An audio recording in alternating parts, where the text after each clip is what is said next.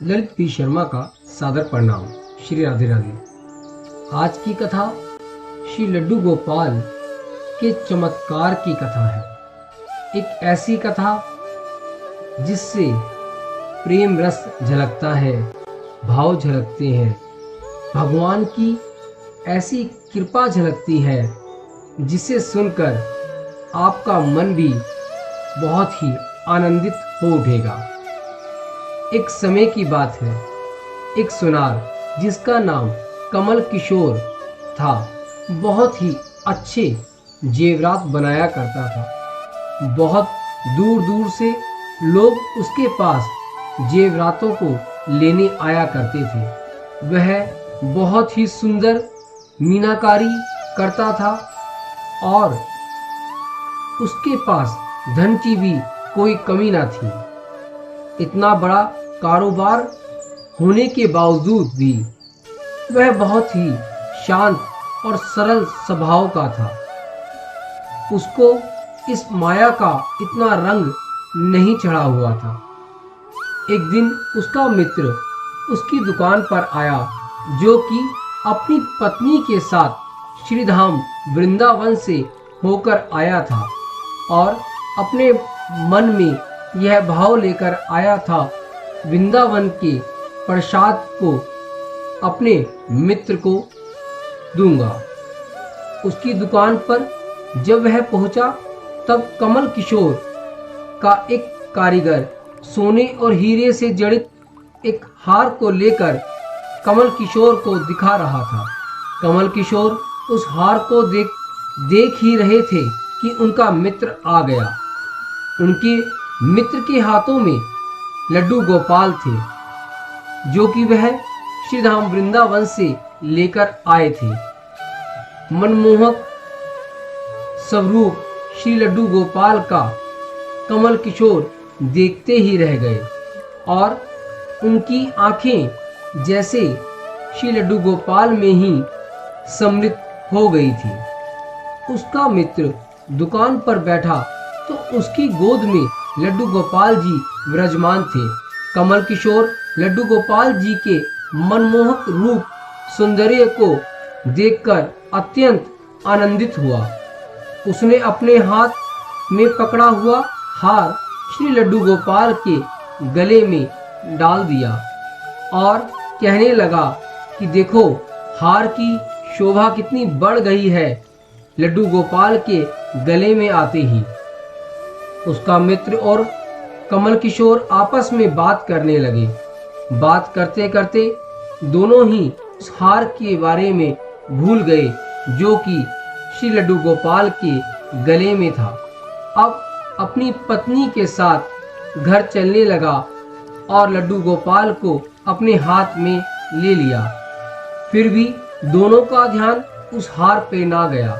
उन्होंने टैक्सी बुलवाई और टैक्सी में बैठकर अपने घर को चल दिए। जब वह दोनों टैक्सी से उतरे तो वह गलती से लड्डू गोपाल को टैक्सी में ही भूल गए थे।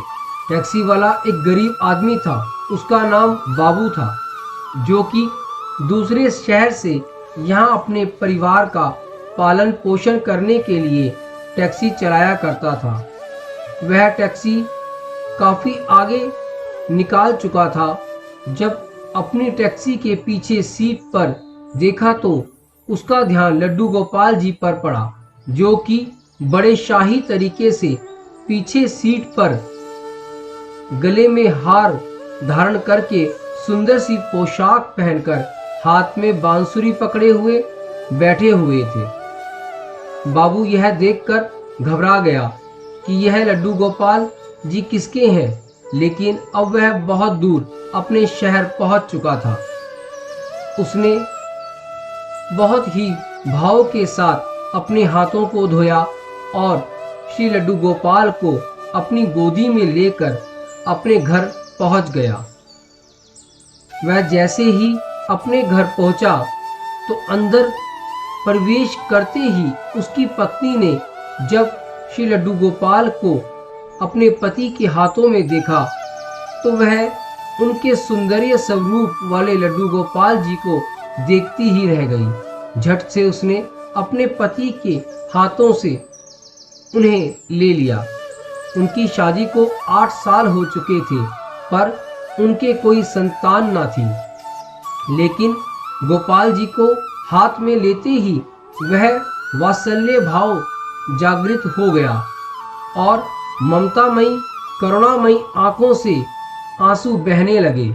ममतावश और वात्सल्य भाव के कारण ठाकुर जी को गोद में उठाते ही उसको ऐसा लगा कि जैसे उसने अपने बच्चे को गोद में ले लिया है और उसके स्तनों से अपने आप ही दूध बहने लगा। अपनी ऐसी दिशा देखकर बाबू की पत्नी मालती बहुत हैरान हुई। उसने कसकर लड्डू गोपाल को अपने सीने से लगा लिया और आंसू उसकी आंखों से बहने लगे। बाबू यह सब देखकर बहुत ही आश्चर्यचकित हो रहा था, पर पत्नी के ऐसे भाव देखकर वह बहुत प्रसन्न था। मालती कहने लगी, अरे लाला, इतनी दूर से आए हो, तुमको भूख लगी होगी। जल्दी जल्दी मधु और घी से बनी चूरी बनाकर दूध गर्म करके ठाकुर जी को भोग लगाया। उधर कमल किशोर ने जब अपनी दुकान पे हार नहीं पाया तो वह बहुत ही परेशान हुआ और उसको याद आया कि वह हार तो उसने श्री लड्डू गोपाल के गले में डाला था। उसने अपने मित्र के घर संदेशा भिजवाया। जब मित्र के घर संदेशा पहुंचा तो मित्र बहुत ही परेशान था, क्योंकि वो तो पहले से ही लड्डू गोपाल को हो चुके थे और साथ में हार भी। उन्होंने सब बात अपने मित्र को बताई।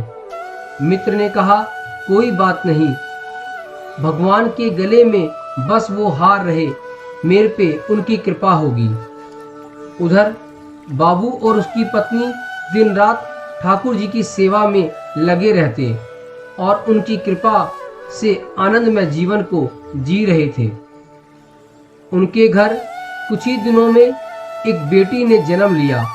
अब तो मालती कहने लगी कि लड्डू गोपाल की कृपा से मेरे घर यह पुत्री हुई है, मेरा परिवार पूरा हो गया, मेरा बेटा भी है और मेरी बेटी भी हो गई। एक दिन कमल किशोर व्यापार सिलसिले से दूसरे शहर गए। वहां बाबू रहता था, लेकिन दुर्भाग्यवश जब वह उस शहर में पहुंचे तो अचानक बहुत ही बारिश होने लगी। बहुत ज्यादा बारिश थी, जिसकी वजह से कमल किशोर को वहीं एक कोने में खड़े होना पड़ा। अब वह जहां जाना चाहते थे वहां भी जा नहीं पा रहे थे। भगवान की कृपा स्वरूप वह बाबू की टैक्सी में ही बैठ गए। बाबू ने उन्हें कहा, बाबूजी, आप कहाँ जाना चाहते हैं? बहुत बारिश है, आप नहीं जा पाएंगे। अगर आप मेरी बात माने तो मेरा घर पास में ही है, आप मेरे घर चलिए। अब कोई चारा भी न था। कमल किशोर के पास में बहुत सा धन था और हीरे जवाहरात थे। उन्होंने एक बार अपने मन में सोचा, क्या इनके घर जाना सही रहेगा? पर और कोई चारा भी न था। वह उनके घर चले गए। घर पहुंचते ही मालती को आवाज लगाई, आज हमारे घर में मेहमान आए हैं, खाने का इंतजाम करो। कमल किशोर ने देखा बाबू का घर बहुत ही छोटा था पर बहुत ही अच्छा था। इत्र की खुशबू से महक रहा था। उनका हृदय बहुत आनंदित हो रहा था। जब मालती ने उन्हें खाना परोसा तब कमल किशोर को वह अमृत के समान लगा। बार बार कमल किशोर का ध्यान जहां श्री लड्डू गोपाल रखे थे वहां जा रहा था। वहां से एक चमक सी उठ रही थी। अब तो कमल किशोर से रहा ना गया और उन्होंने बाबू से कहा कि वहां क्या है। तब उन्होंने कहा, वहां हमारे श्री लड्डू गोपाल जी विराजमान हैं।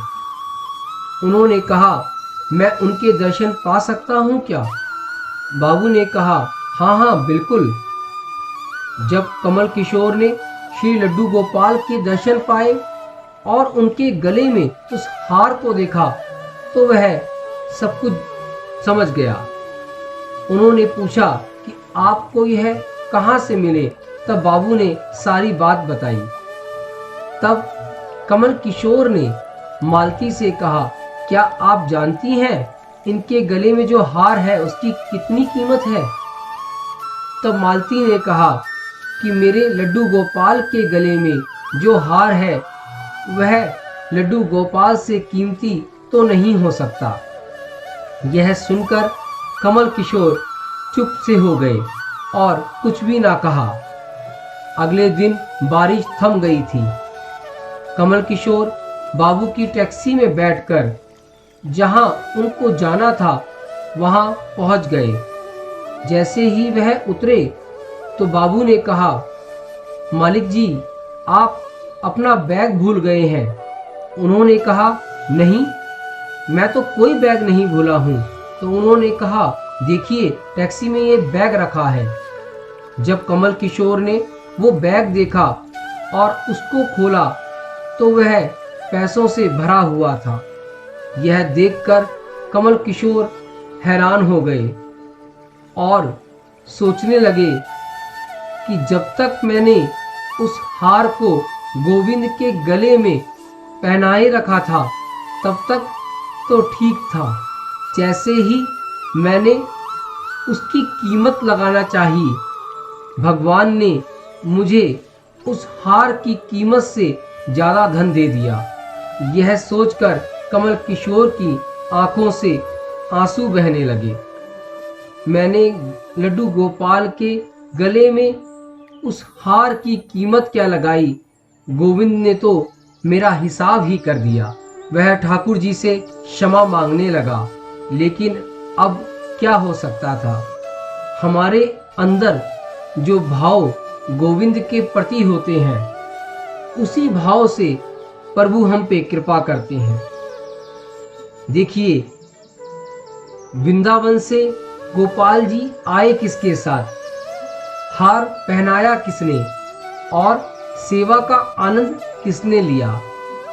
ये छोटी छोटी चीजें जो गोविंद कब करेंगे, किस पे करेंगे, कैसे कृपा करेंगे, कोई नहीं जानता।